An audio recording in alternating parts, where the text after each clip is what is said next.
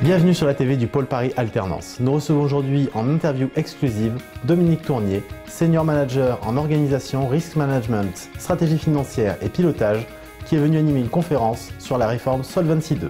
Dominique Tournier pour le Pôle Paris Alternance.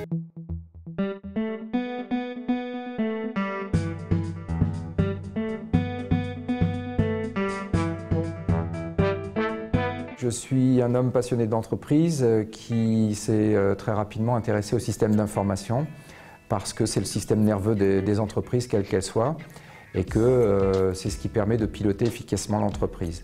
Ensuite, c'est aussi un des moyens pour faire en sorte que les gens qui travaillent dans cette entreprise puissent faire le travail le plus intéressant possible, éviter de faire des tâches répétitives et plutôt apporter de la valeur ajoutée. Donc c'était mon leitmotiv. Il s'est trouvé que la finance m'a beaucoup intéressé parce que je suis curieux de nature, je m'intéresse à l'économie, à ce qui se passe dans les entreprises. Je suis devenu un financier, je vais dire, par étapes successives.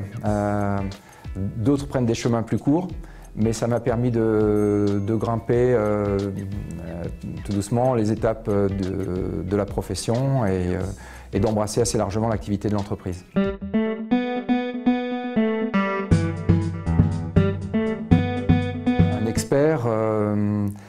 Il y a plusieurs chemins. Je pense qu'on peut être expert très tôt. Si on est passionné, si on passe l'essentiel de son temps focalisé sur un sujet, on peut vite devenir un expert.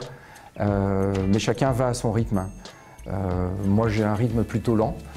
Donc, j'ai évolué vraiment progressivement. Et puis, comme je le disais tout à l'heure, via des étapes plutôt système d'information que par la matière financière à proprement parler.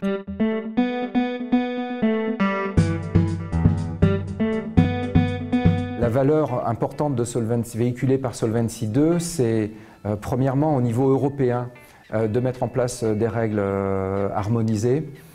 Et puis surtout de mettre en place, en tout cas de tendre vers une culture du risque dans chacun des établissements des compagnies concernées.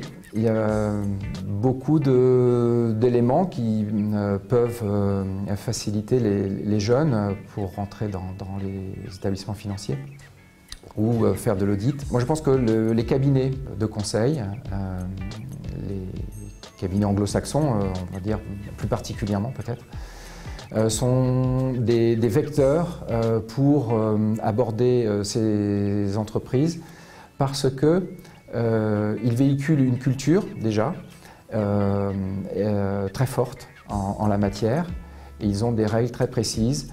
On peut disposer d'informations très rapidement.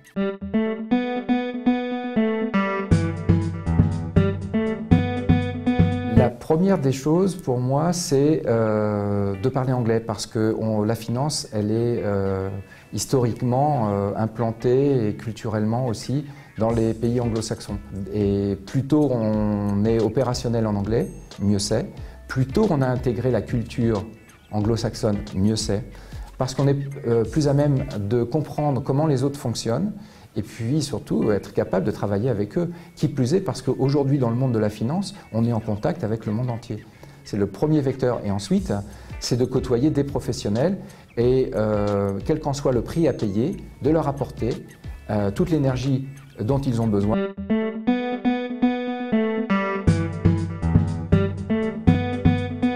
Pour moi aujourd'hui, c'est le meilleur moyen d'entrer dans la vie active.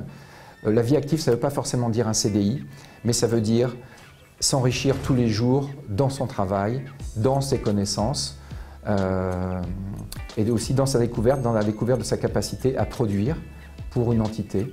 L'alternance, c'est parfait, c'est concret, on maîtrise, on voit ce que peut proposer une entreprise, quel rôle on peut jouer dans l'entreprise et on arrive aussi à mesurer quel est le lien entre la théorie et la pratique.